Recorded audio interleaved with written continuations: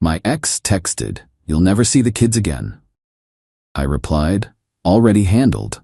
Then I revealed my private investigator had documented her and her new boyfriend's criminal record. Her lawyer called within hours, begging to work something out. I, 38 male, got the text that every separated parent has nightmares about. The one that makes your blood run cold and your vision go narrow. It was from my ex, Jennifer, and it consisted of 7 words that were meant to break me. "You'll never see the kids again." We'd been separated for 6 months. It was, I thought, mostly amicable. The cliché of growing apart was, for once, true. We were 2 people who had built a life and then realized we were living in separate wings of it. The plan was simple. Sell the house we'd shared for a decade, split the equity, and move on to a 50-50 custody arrangement for our kids. Elizabeth, 8, and David, 6. The first crack in the facade appeared 3 months ago. A neighbor, a kind older woman, mentioned seeing a man's truck parked in our driveway overnight whenever I was away for work. She thought I should know. I thanked her, my face a polite mask, while inside a switch flipped. It wasn't anger, not at first. It was a cold, quiet clarity, the kind you get when you realize you've been reading a book upside down. I didn't confront her. What was the point? It wouldn't be a conversation, it would be a performance. Tears from her, feigned indignation, accusations of me being controlling. I knew the script, I just wasn't interested in playing my part. Instead, I made a phone call. Not to a friend, not to my parents. I called a private investigator, a discreet firm that specialized in family law matters. I explained the situation calmly. I wanted to know who this man was. I needed to know if he was around my children. I wanted everything documented, dates, times, photographs, especially photographs. His name was Robert. The PI's preliminary report came back within a week, and that's when the second crack appeared, this one a TASM. Robert wasn't just some new boyfriend. Robert had a record. 2 DUIs, a charge for petty theft from his early 20s, and an assault charge that was pleaded down to disorderly conduct. He was, on paper, a mess. And he had been sleeping in my house, eating at my dinner table, and, the report confirmed with a soul-crushing photograph, playing catch with my son in the backyard. Still, I waited. I let her think she was in control. We had our real estate agent list the house, we discussed staging, we talked about the kids' upcoming school year. All the while, the PI's file on my desk grew thicker. The trigger was the offer on the house. A good one, over asking. It meant things were about to get real. I sent her a polite email suggesting we meet with our lawyers to finalize the 50-50 split we'd discussed. She called me an hour later, her voice tight. "What's this about lawyers?" she asked. "It's just the next step, Jennifer," I said calmly. "They'll need to draft the formal agreements for the house sale and the custody arrangement. And they'll want a list of assets, won't they? You're gonna sit there and nickel and dime me over furniture?" The panic in her voice was unmistakable. She had already moved a number of big-ticket items to her new place. "It's just procedure," I said, my voice maddeningly even. "They just need to account for everything to ensure the split is fair." Her response was a choked sound, and then she hung up. I knew I had cornered her, not by accusing, but by simply following the rules. 2 hours later, my phone buzzed with the text. The one designed to be her ultimate trump card. "You'll never see the kids again." My thumbs hovered over the screen. All the pain of the last few months, the quiet betrayal, the violation of my home, it didn't erupt, it coalesced, it became fuel. I texted back, "Already handled." Then, I opened my email. I attached the PI's preliminary report, just the summary page with Robert's full name, date of birth, and the list of his criminal charges. I sent it to her, with a CC to her lawyer, whose contact information I had from the house sale paperwork. The subject line was simple: custody of Elizabeth and David. The body of the email was even simpler. "I believe this information will be pertinent to any custody discussions moving forward.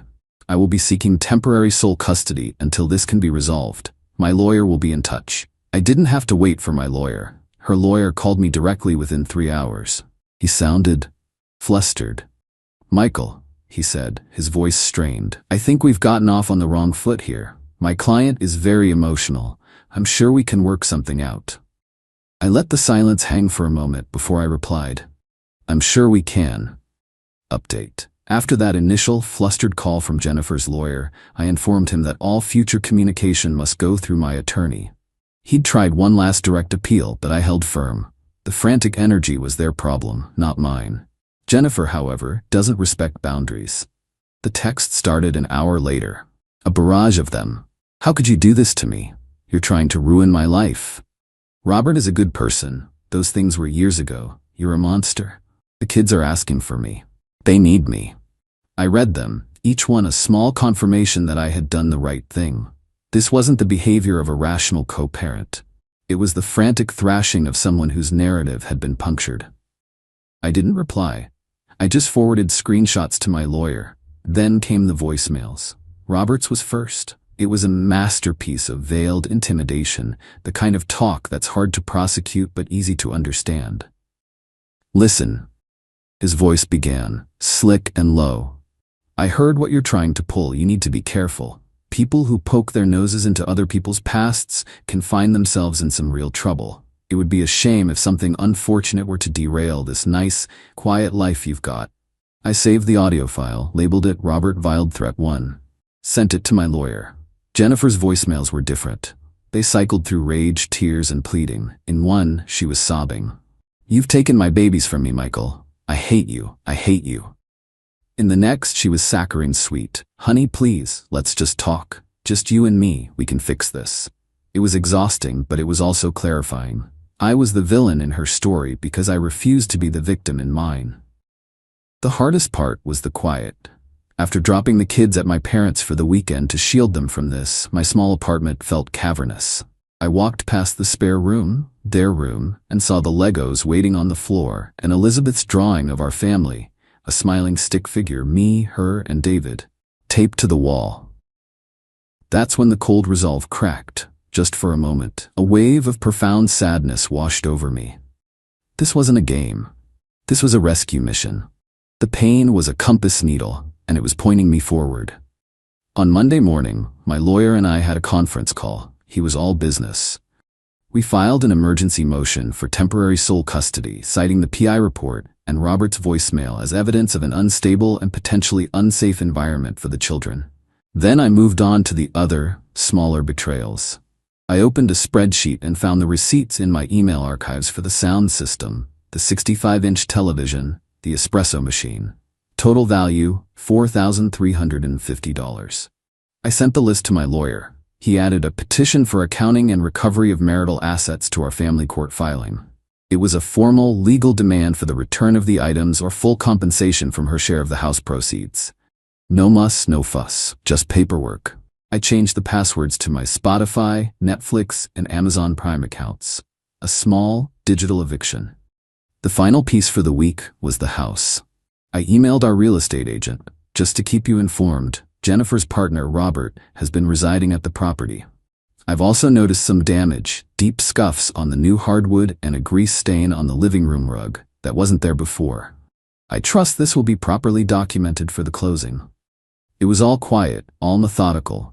Every action was a simple, logical consequence of their own choices. They had pushed. I was just letting the system push back. Update. The blowback from Jennifer and Robert was immediate, but not in the way they intended. They started a whisper campaign. Friends, our mutual friends, started calling. Hey man, I heard you and Jennifer are having a rough time. She said you kind of snapped. My response was always the same, calm, brief, and factual. I discovered her new boyfriend, a man with a criminal record, was secretly living in the house with our kids. My only priority is making sure Elizabeth and David are in a safe environment. My lawyer is handling the rest. I didn't need to embellish. The phrase criminal record did all the heavy lifting. The tone of the calls shifted immediately from sympathetic to Jennifer to concerned for me. The official notices started landing. My lawyer informed me that Jennifer had been served. She was legally required to have no contact with me and could only see the children during supervised visits at a court-approved center. The family court petition, including the list of missing assets, arrived at her new address. Then, my real estate agent sent me an email, CCing my lawyer. It read in part, "Following up on your concerns, we conducted a walkthrough. We have formally notified Jennifer that having an unauthorized occupant is a breach of our signed listing agreement. We also informed her that the documented damages will have to be remedied, or they will jeopardize any potential purchase agreement. Her response was uncooperative and verbally hostile, and as a result, our brokerage will now only communicate with her via email. Their emotional, chaotic outbursts were just creating a longer paper trail. Their lack of self-awareness was my greatest asset. The inevitable confrontation happened on a Friday afternoon. My car was in the shop, so I was walking home. A car screeched to a halt beside me. It was Jennifer's. Robert was in the passenger seat, staring at me with a pathetic, tough guy glare. Jennifer got out, her face blotchy and furious. "What is your problem?" she hissed, keeping her voice low. "You're enjoying this, aren't you? Humiliating me?" "I'm not doing anything, Jennifer," I said, not breaking my stride. "These are the consequences of your choices." "My choices? What about Robert's choices from 10 years ago? You're using that to steal my children." "His choices left a threatening voicemail on my phone 2 weeks ago, Jennifer. That's not ancient history." She actually scoffed. "Oh, please, he was just angry. You're being so dramatic. Now I have a court filing about a stupid TV? A TV we watched together? A TV I paid for." I corrected her gently. "And for which my lawyer has requested an accounting. Return the items and I'll have him strike that petition. Simple." "I can't believe you," she said, her voice rising. "After everything we had, you're doing this while you poison my children against me." Robert leaned out the window then. "Yeah, back off, man. You're crossing a line." I just looked at him. Really looked at him. He was wearing a faded band t-shirt and had a weak chin. This was the man she had risked everything for. This was the man who left his muddy Adidas sneakers on my rug. "The only line that's been crossed," I said, looking back at Jennifer, "was when you decided a man like him was more important than the safety of our kids. Everything happening now is just the paperwork catching up." I turned and continued walking home. I didn't look back. That night, I got an email from my PI with the final comprehensive report. It turned out Robert's past wasn't just in the past. He'd been evicted from his last 2 apartments for non-payment of rent and currently had no verifiable employment.